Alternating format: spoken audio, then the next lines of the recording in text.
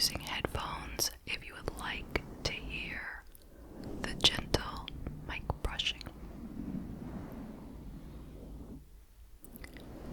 Now let's get to tonight's case. Tonight we are traveling to Minnesota. Shout out to all my friends in Minnesota.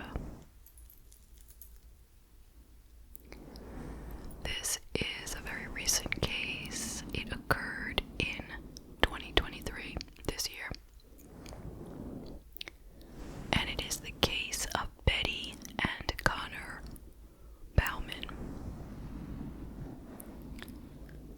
So let's start with some background on Betty. Betty was born on December 13th, 1990 in Wichita, Kansas, to Nancy and David Sponsell. Betty was described as loyal, caring, and a thoughtful person, and as a kindred spirit. She was always very adventurous and loved traveling. She visited many places such as Yosemite, Hawaii, Iceland, Chicago, New York, the Grand Canyon, and the Caribbean, just to name a few. She loved animals and was known to spoil her own puppy as often as she could by giving him fun treats, toys, and taking him on outings to the park. Her most favorite way to spend her time was with good friends. She loved going to coffee shops and eating delicious cheeses. She graduated from the University of Kansas School of Pharmacy with a pharmaceutical doctorate in 2017, and she completed her residency at Stormont Vale Hospital in Topeka, Kansas in 2018. Now, in 2016, she began dating a medical student named Connor Bowman, who she met in school, presumably. And on May 30th, 2021, they got married at the Rhapsody in Independence, Missouri. They moved to Minnesota when Connor was approved for the Mayo Clinic's internal medicine residency program. And at that time, Betty found work in Rochester, Minnesota as a hospital pharmacist, while her new husband went through his internal medicine residency. Now, a little extra information on Connor. He attended the University of Kansas Medical School, and as I had previously mentioned, he was completing his residency in internal medicine at the very prestigious Mayo Clinic in Rochester. In addition to that, he also worked for 6 years throughout medical school and his residency as a poison specialist in the Poison Control Center at the University of Kansas Health System. And in the last 3 years of his time there, he had worked remotely as needed, meaning he didn't have to go in. If somebody called in and he was needed, he could respond to a call. And clearly these were people calling in. Somebody they loved had taken something. Was it poisonous? What should they do?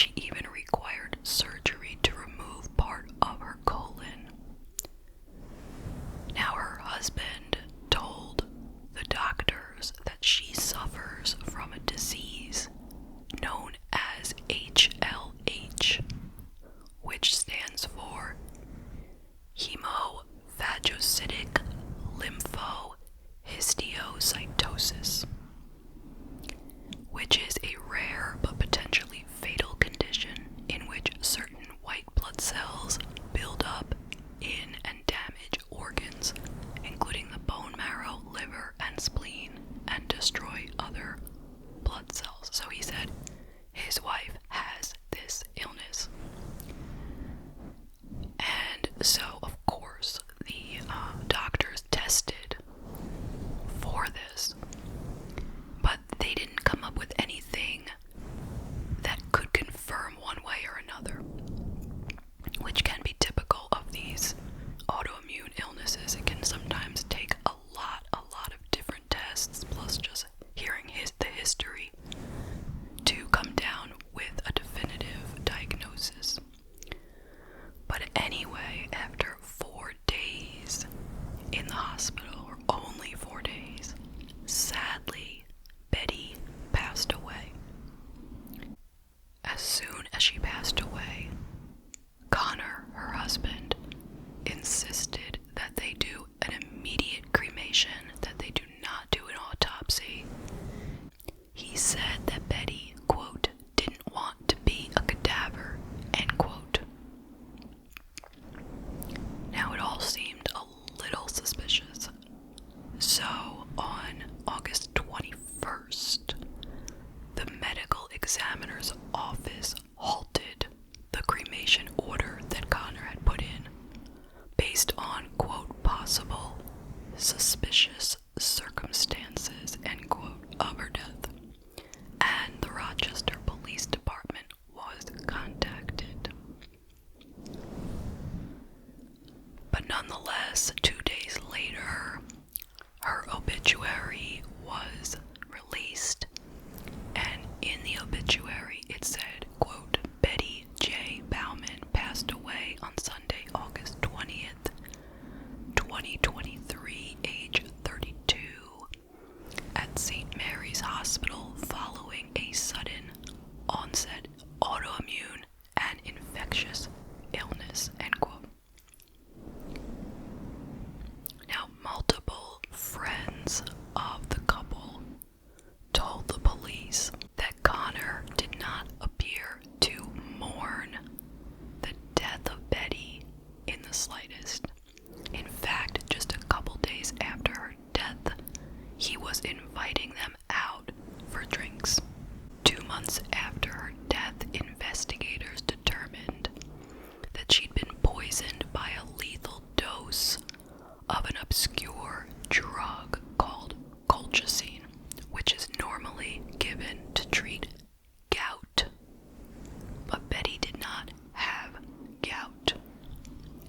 And in case you're wondering, it wasn't a drug that was given to treat HLN, or the disease that Connor said she had, either.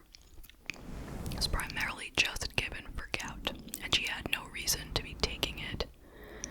And the hospital had not been administering it to her during her 4 days there.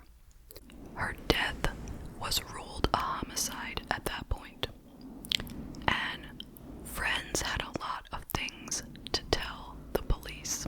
One friend said Betty had never been diagnosed with HLN, and she was actually a very healthy person. Another friend called the medical examiner's office and said that there were troubles in their marriage. The Bowmans had been talking about divorce due to infidelity and a, quote, deteriorating relationship, end quote. The friend told the investigators that Betty and Connor each had their own bank accounts, and that was because Connor had a lot of debt due to medical school. He owed $500,000, and they just felt it would make sense to keep their finances separate so that his debt didn't become her debt. But interestingly enough, Connor told this friend he was due to collect $500,000 from the life insurance policy that he had on Betty. And interestingly enough, when his house was searched, investigators found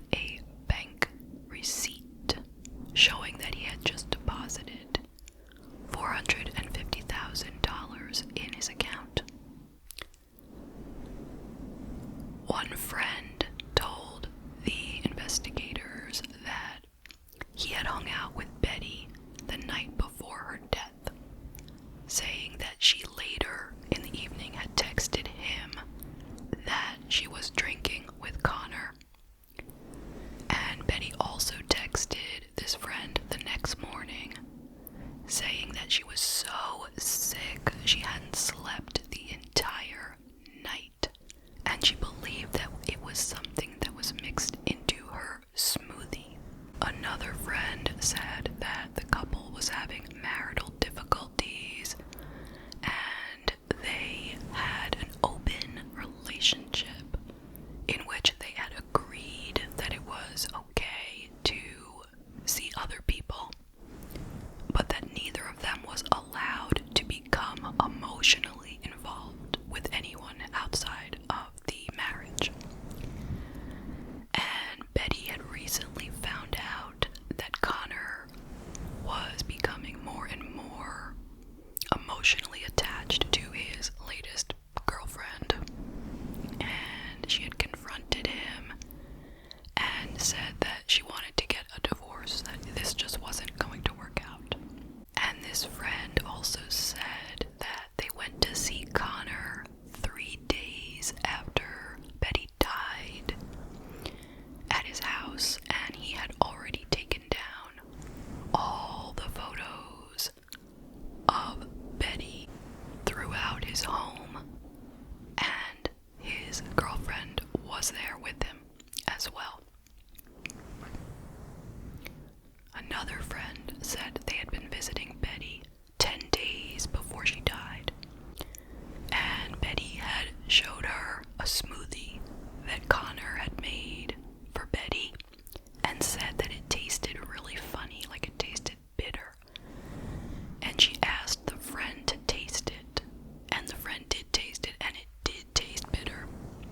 This friend jokingly said to Betty that maybe Connor was trying to poison her, and Betty joked back that she had considered that as well, and then she threw out the rest of the smoothie, and the friend didn't really think anything of it until Betty actually died.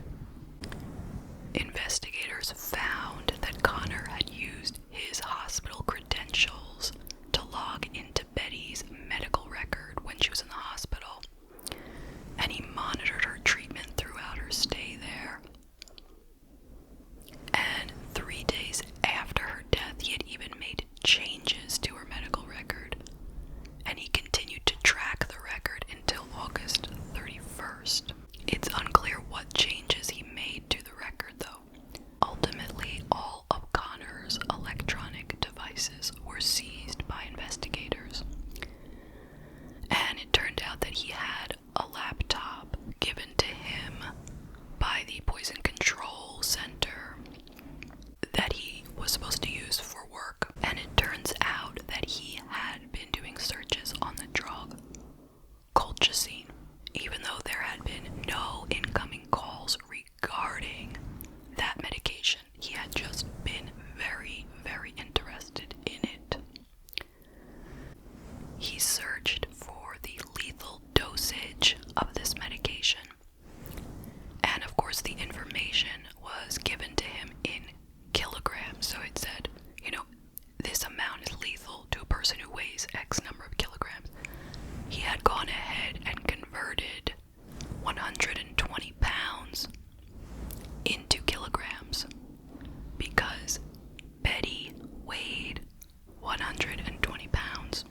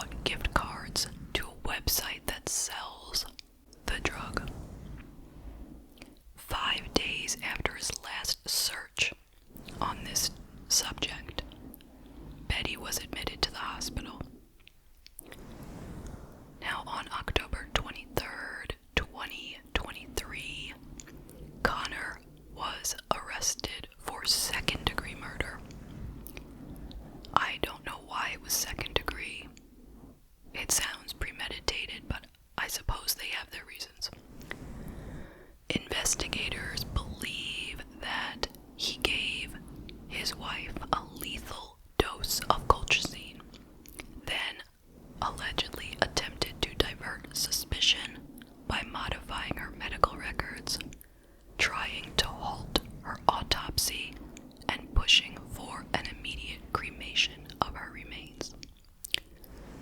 He is being held in the Olmsted County Jail. He has not given a plea at this point. He could face up to 40 years in prison if he is convicted. His next court date is said to be in January of 2024. And that is the case. What are your thoughts? I will share some of mine. First of all, rest in peace to Betty. She was only 32 years old. And my heart goes out to her family and her friends. Now, do I think that Connor is guilty? Well, before I answer that, I will just say that he is innocent until proven guilty, okay? But, in my opinion, he is guilty. I don't see any way that he could be innocent. I don't see how it could have been anyone other than him. And I cannot even imagine how a lawyer could even attempt to get him off on this one. Truthfully, all the evidence is there. Yes, we do not have a video of him pouring poison in her drink and handing it to her, but we literally have everything else. Everything.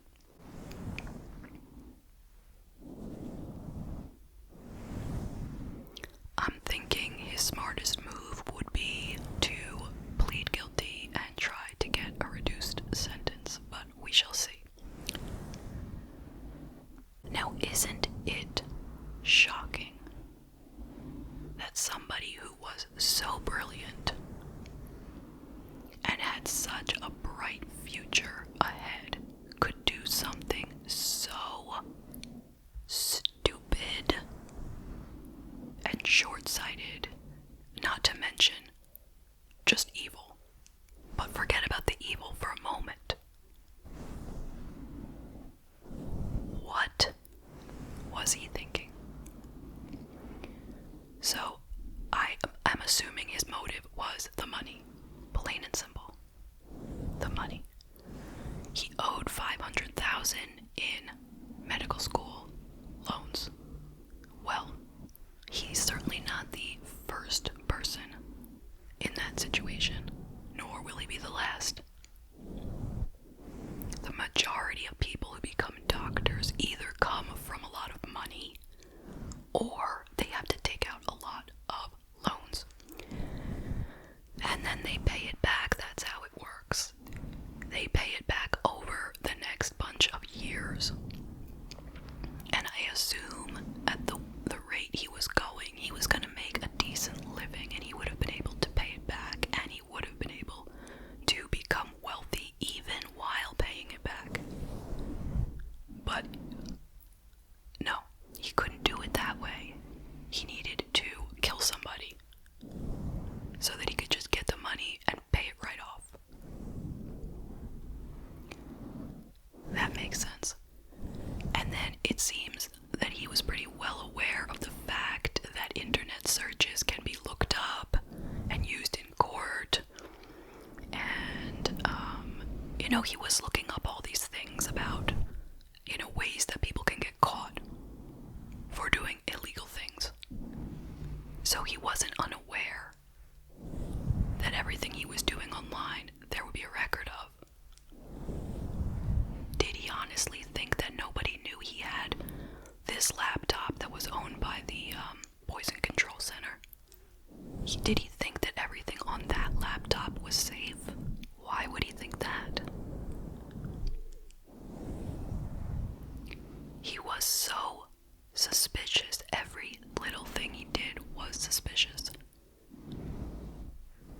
like I'm saying he was so smart. How could he be so stupid?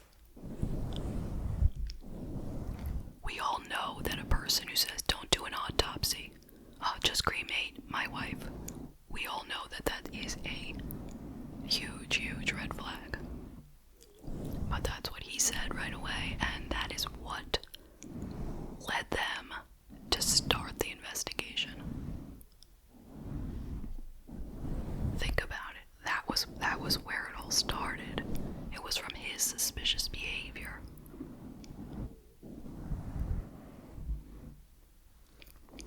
So I'm just blown away by that whole thing. It was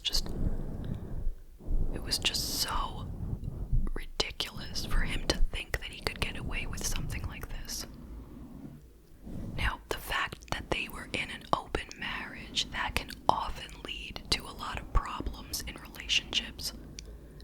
And in some cases, the jealousy can lead to violent behavior, but that I don't think that has anything to do with this case.